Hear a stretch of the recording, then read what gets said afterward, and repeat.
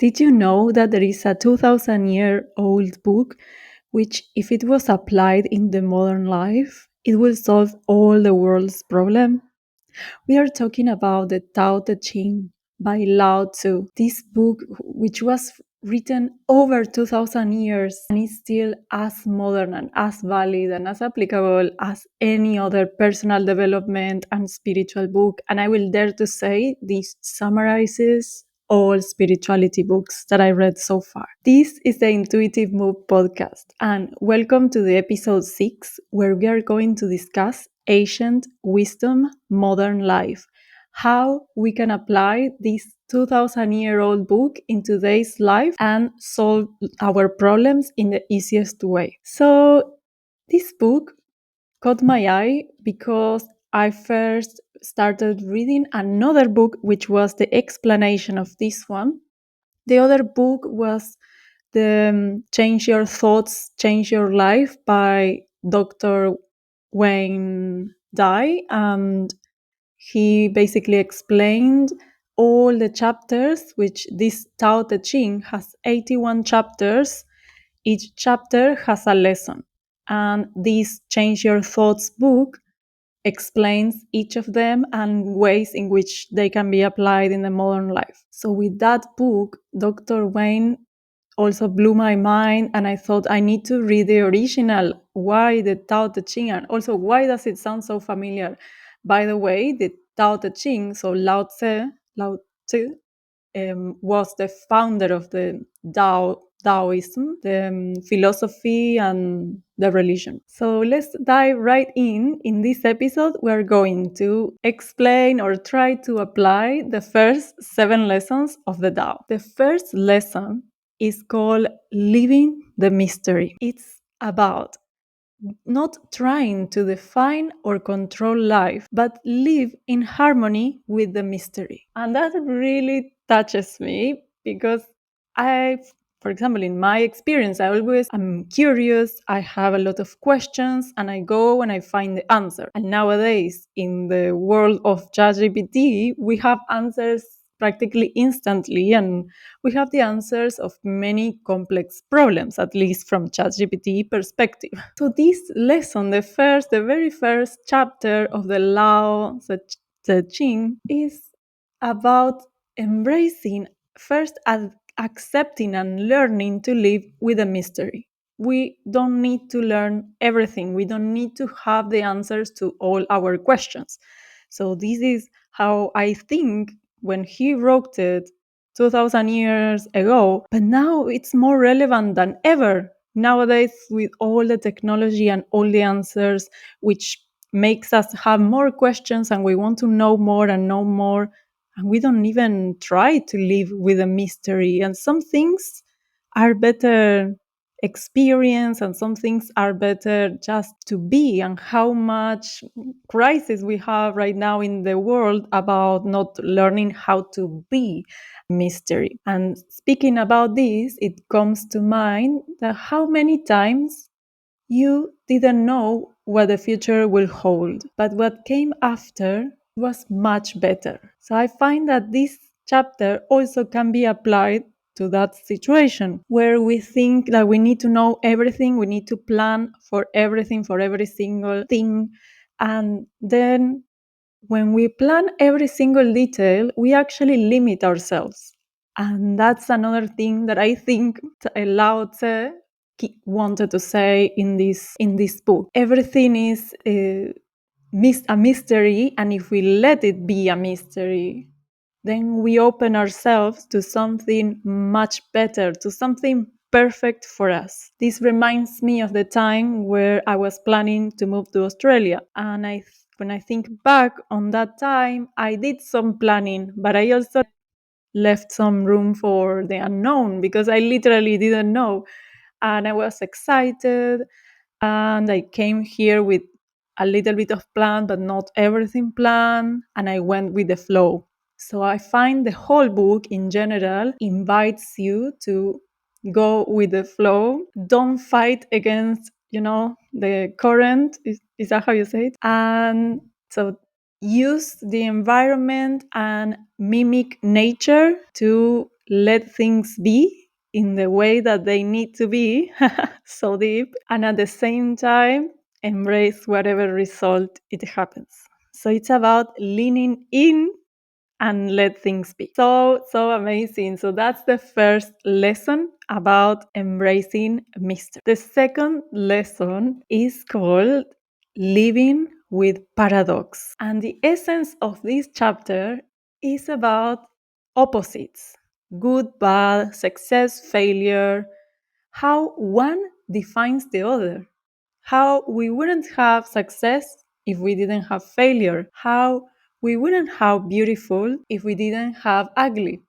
Literally, that's what the chapter says. And also, it's about letting go the labels. So let's sit with this. This is too much. I find too much, and this needs to be explained and applied in this world. So if we embrace paradox, first, this explains all the paradox moments that we had in our lives. Like, for example, the time where I was for the first time in my life assigned to a role, and I had my first direct report in the company where I was. And also, or surprise, this direct report didn't like me, and that was okay. So I tried to accept it.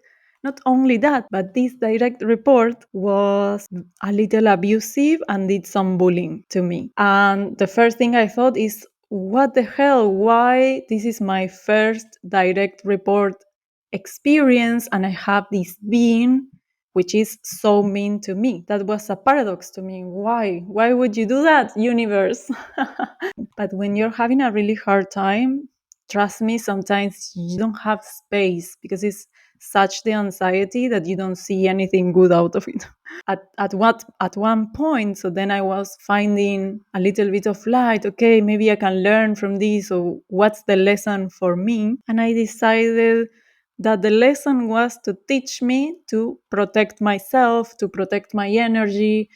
So maybe I don't need to be the nice girl. And I decided to connect with myself more, protect my energy, do some rituals. Here we have a candle, literally candles can protect your energy, and you don't need to be a believer for it to work. A candle lifts the vibration of the room and cleans up anything. And I was cleaning up basically my energy every single day and getting ready in the morning before work. And then I started to feel actually a little sorry for the person that was being aggressive with me. And at one point, the person resigned. So it was literally after I accepted the situation, and I said to myself, okay, we might as well take something good out of it. And that was a huge lesson and also a huge paradox once I accepted that I could learn from the situation. I could really embody that. I was going to work really happy. I was like, okay, if my job is to receive hate, literally I'll do it. It's okay. As long as I'm doing something good for the world, okay, I'm removing hate from a person, okay, that's it. I'll do that. I'll clean up my energy later. Literally, 3 days after the person resigned. So, oh my God, this Tao is so powerful. There is a reason why it's still so up to date, even 2000 years after it was written. It's so relevant. Everything can be applied. I strongly recommend you. And actually, so this book, you can find it for free. There is a free PDF. It's a good way to start, but I warn you, it's a little complicated and speaks with metaphors a lot. So you can try if it's your style. And then definitely, if you're into the topics that I'm saying, definitely go to the Change Your Thoughts, Change Your Life 81 lessons from the Tao. No, it's life changing. This book, I find that this book put names into things that I experienced that I didn't know they existed. So yeah, really powerful. And at some point, you find that the chapters relate with each other. And for example, the chapter 3 is living without possessions, owning you. So we can suspect what this will be about. The essence is that is to reduce attachment to possessions and excess and focus on simplicity. And this chapter, I love it so much because if you don't know me, I am kind of minimalist. You can't really tell right now because I like also a little bit of color and I'm into candles and all that now, but I prefer the clean and minimalistic style. And my sister will laugh if she hears this because I was kind of obsessed when I was around 26, 27-year old. When I discovered this minimalism movement, I thought, that's what I want, that's what I am. And I embraced it. And I literally went to Europe for 3 months with a carry on suitcase. So, yes, I was a minimalist and it helped me to go to Europe in a much easier way. So, the lesson three is about leaving possessions without owning you. And what can we say? I would love to say this.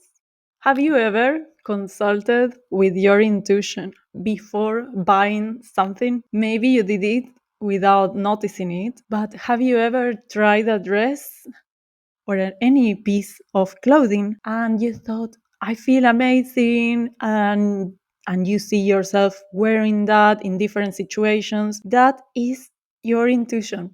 So that is your intuition sending you signals saying, yes girl, this is it.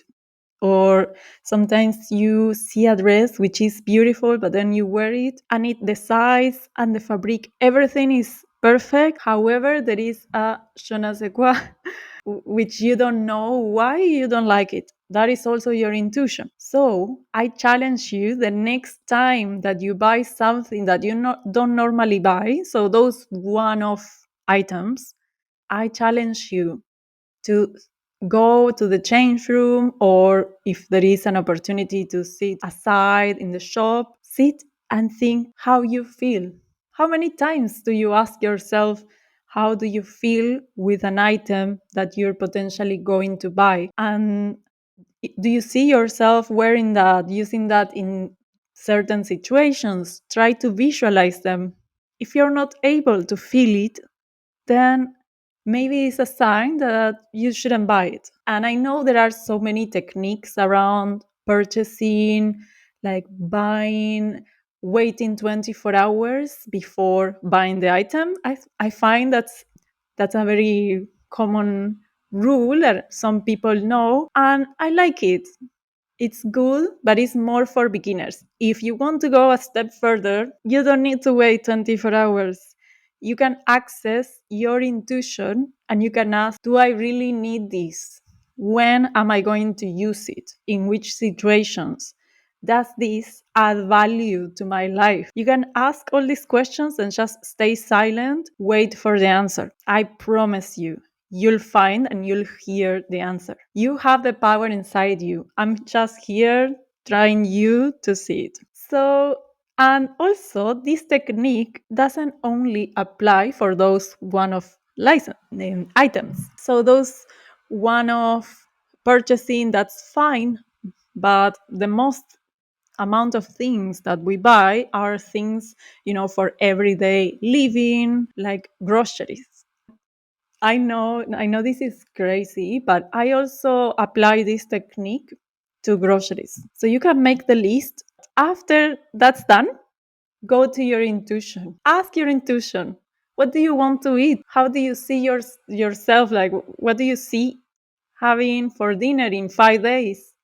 So in this way, you can do the groceries once a week very efficiently, but at the same time, ask your intuition, because sometimes the mind only knows about, nutritional balance and planning and budgeting. But the rest, then it comes Wednesday and suddenly you need steak.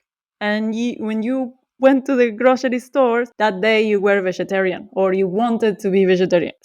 I know this is going a step further, but it works and it helps me save a lot in takeout. So imagine if you're planning with your mind, you plan everything, it's perfect, but then it comes Tuesday and then you want Chinese food. And it comes Wednesday, you want pizza, and nothing of that was in the shops, so in your list. You can't prepare that. So then you need to go to the supermarket every single day. You can do that, go ahead. But if you don't have a lot of time and you want to use it wisely, you can make the list and sit with it just 5 minutes, even in the car before jumping out to the supermarket. You can sit in the car, make the list. Okay, is this what I want? Would I want something different? Have I been craving something lately? And remember, cravings can be a result of anxiety or something related with mental health, but also cravings can be a lack of nutrients. So if you're suddenly craving like pasta, that maybe means that you haven't consumed a lot of carbohydrates. This is not nutritional advice nor medical advice, but please don't give your health to your healthcare professional. You are the owner of your health, and you should ask your intuition to ask yourself, ask your not only your intuition like in the spiritual level, but also ask your body. Ask your body, what do you need? Do you need steak? Do you need pasta? Have we missed some nutrient? And trust me, your body will tell you exactly what it needs. And you can ask for, instead of for that day, you can also try to ask a little bit more in advance. Maybe stretch it to 3 days, and then you can stretch it to a week. There is always going to be one day which you want some type of food that you didn't plan before, but that's okay. And it's good to reduce that maybe to once a week. So in my case, because I like to eat homemade homemade meals. So this is the living without possessions, owning you and preventing us from buying things that we don't need. Limitlessly. The lesson 4 is about living limitlessly. The Tao is infinite and abundant. Scarcity is an illusion. We are infinite beings. So it's time to reflect that into our ways, into our lives. What story do we tell ourselves? I don't have time. No. How about we change the I don't have time by I choose to do another thing right now, or that's not a priority for my time right now, or I already planned my day and there is no space for that right now, but I might consider it for tomorrow. So instead of saying I don't have time, you say I've got this time. I decide to spend it in this way, and I'm sorry this doesn't fit. So that gives you more power. So you have, you are the owner of your time. If you're not the owner of your time, who the hell is? It seems like if you're a parent, your time is owned by your kids. No, you decide to use your time with your kid, with doing some hobby and cleaning the house, for example. You are the owner of your time, and the words that you use around it matters. Another area where we could improve the wording or the expressions that we have is around money. The way in which we manage money, and today I said it, and I was like, do you use the word budgeting? So that's a word that everyone uses, and it's actually a financial term, and there is nothing wrong with it. However, instead of budgeting, we could say allocation. So budgeting in psychology, it brings me limit vibes. It brings me, yes, the limitation. Instead, allocation, it brings me some more, okay, owner vibes. I've got this and I allocate this for this, and I allocate some other money for the other activity. So think how these little, very small changes can make a huge impact in our energy, in the way in which we attract. Also, the same that we said for time, the I don't have time. So for money will be I can't afford it. And we might as well say that's not a priority right now. The same that we said for time. I choose not to spend my resources in that right now. I've got other priorities. We are talking about the world is abundant. We use vocabulary and we use our ways to limit the abundant world in which we are. The lesson 5 is about living with impartiality. The essence is that the Tao doesn't take sides. Nature gives sun and rain to all. Practice neutrality and compassion. So, what I understand about this chapter and this lesson is that by staying neutral, we can prevent a lot of problems. For example, in the case where someone is aggressive with you, you can stay neutral and keep behaving in the same way in which you will behave with another person, even with a loved one and with a friend. You will stay kind and respectful to your friend and your love, right? So you can be also respectful and kind to the person that is being aggressive with you. That is the most powerful thing that you can ever do. And if you think about changing the world, that literally changes the world. If you are kind to your bully, if you're kind to the person that was aggressive with you, you're changing the world. And as I said before, so I am in a journey of self discovery, I think, for 3 years now. I read so many books and I entered into a loophole, then I calmed down and then I embraced, femininity and not doing all the time. And now this podcast is me trying to embrace femininity and trying to, instead of reading and accumulating knowledge, I might as well use it to transform other person's life. Even if I touch one person doing this podcast, so I will be really, really happy. So the chapter 5 about living with impartiality, it like the sun. So the whole Tao as well talks about being like nature. Nature doesn't discriminate. Nature gives to all. Doesn't discriminate. Doesn't give the apple to someone and doesn't give the apple to another person. No, it gives apples to everyone. Whoever is there takes it. It's yours. The sun hits our skin for all races, all countries. It doesn't matter. And the rain, it doesn't matter what social status you have, it will rain for you too. So I know this is silly, but if we apply that to an argument and to stay neutral and not to aim to stay calm, but if you aim to stay neutral, I find much easier to stay calm. And if you're like me, if you are in that situation, which is a very heated argument at work, for example, and you can't really stay neutral, I really encourage you to apply my advice of removing yourself from the situation and put your best friend in it. See how immediately you see the situation a little more neutral because you removed yourself. And please tell me if you used this technique because it really works, especially if you use it in the very moment where you're having a crisis, like you are feeling extremely embarrassed, something happened, like maybe you made a mistake and everyone is pointing at you at work.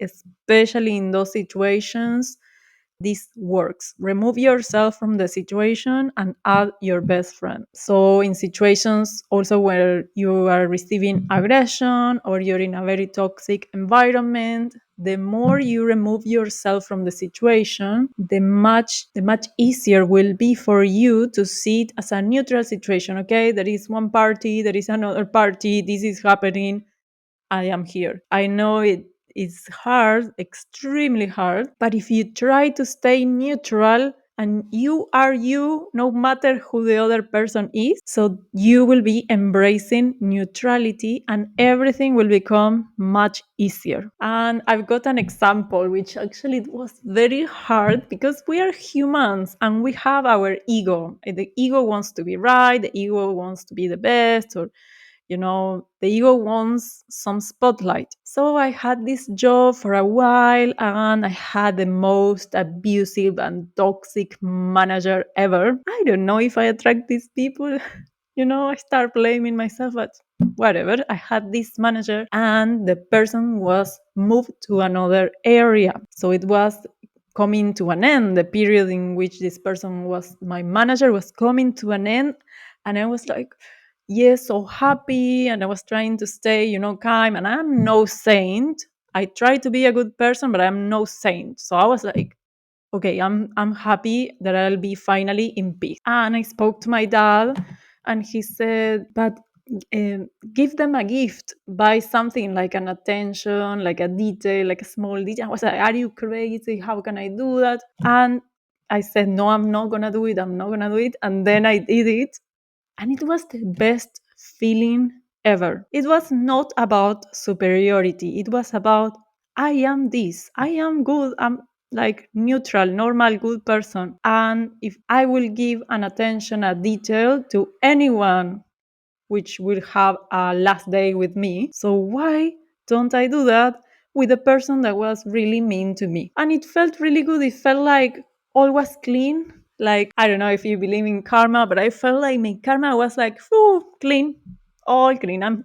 I'm clean. I don't owe anything to anyone.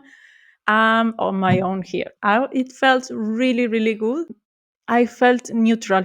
That's the truth. And I embraced this chapter. Chapter 5, Living with Impartiality. Maybe next time I won't even get mad. I will be, okay, you want to be toxic? Okay, you want to be rude? You want to be aggressive?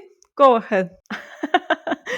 That will be a dream. So the next lesson of the Tao is about living with the eternal feminine. The essence of this chapter is about valuing softness, receptivity, nurturing, and the feminine quality. And you will say, oh, this is for women.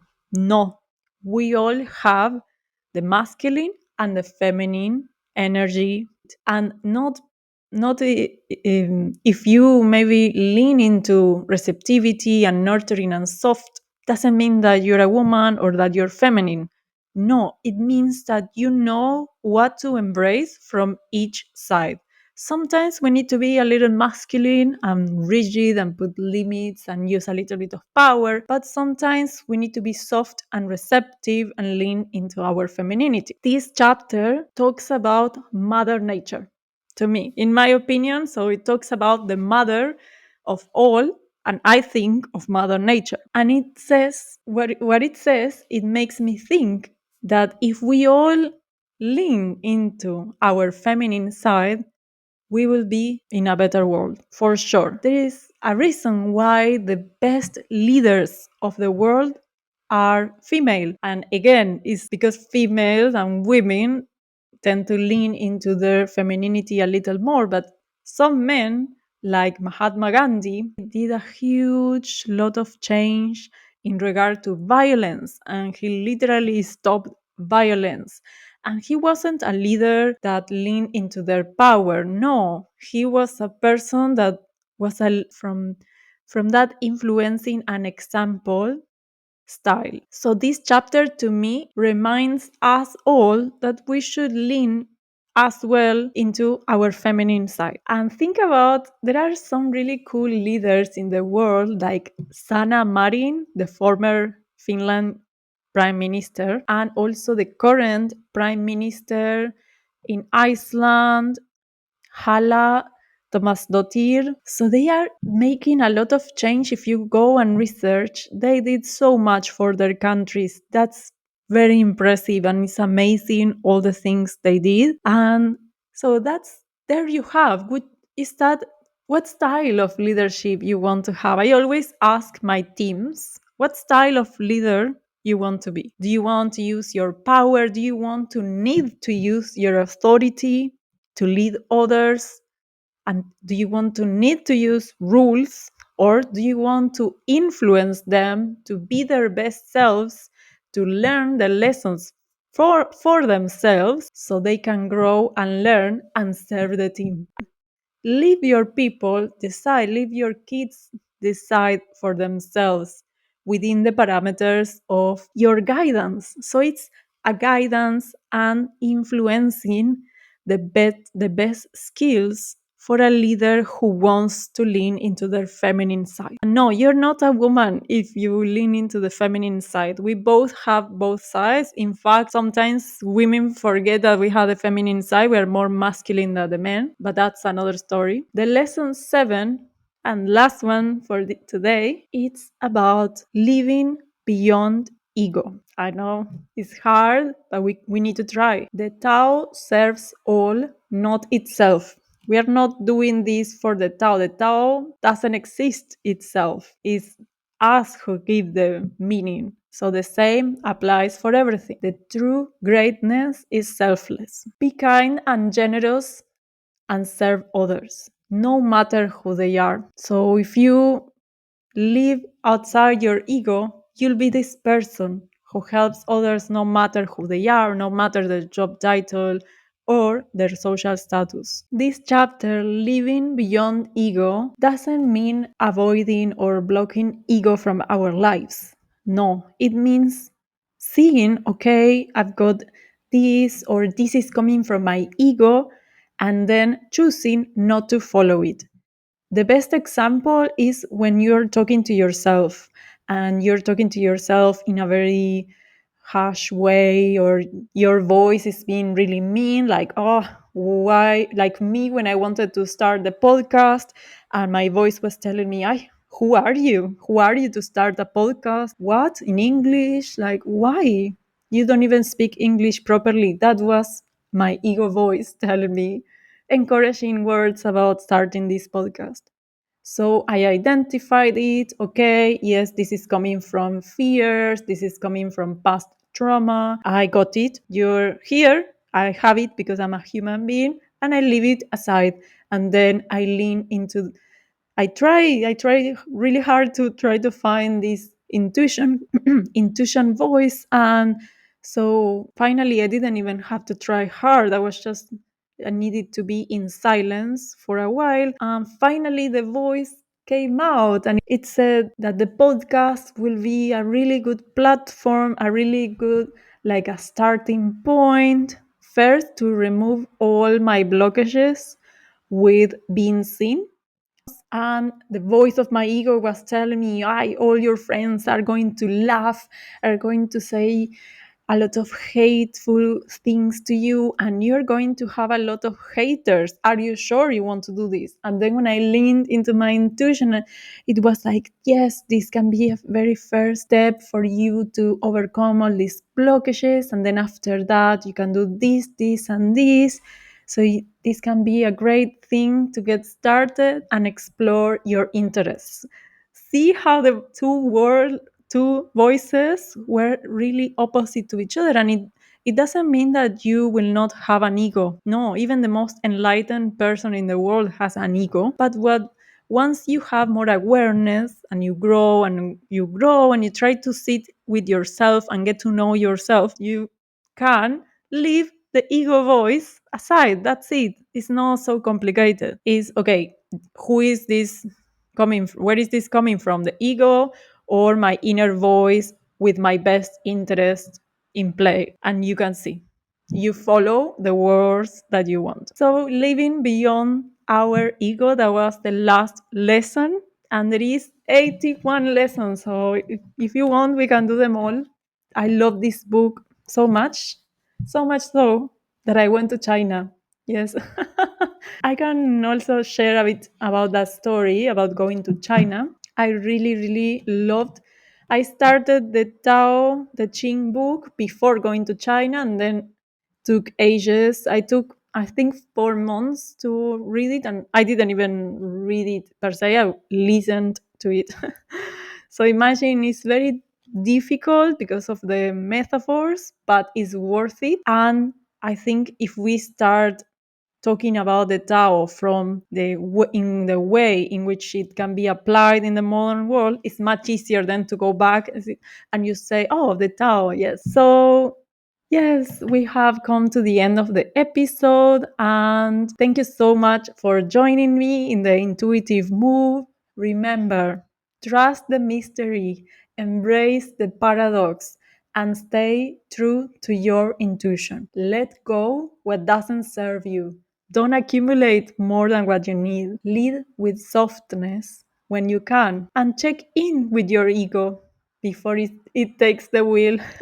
Life is full of lessons. In every day, you can find one more lesson. And sometimes the hardest experiences are the ones that help us grow the most. We know that. If something today resonated with you and you felt related, I would love to know how you would like to apply the Tao in your everyday life in the comments. And I invite you to follow me on social media. I'm Nadia, and I'll see you next time. Bye for now.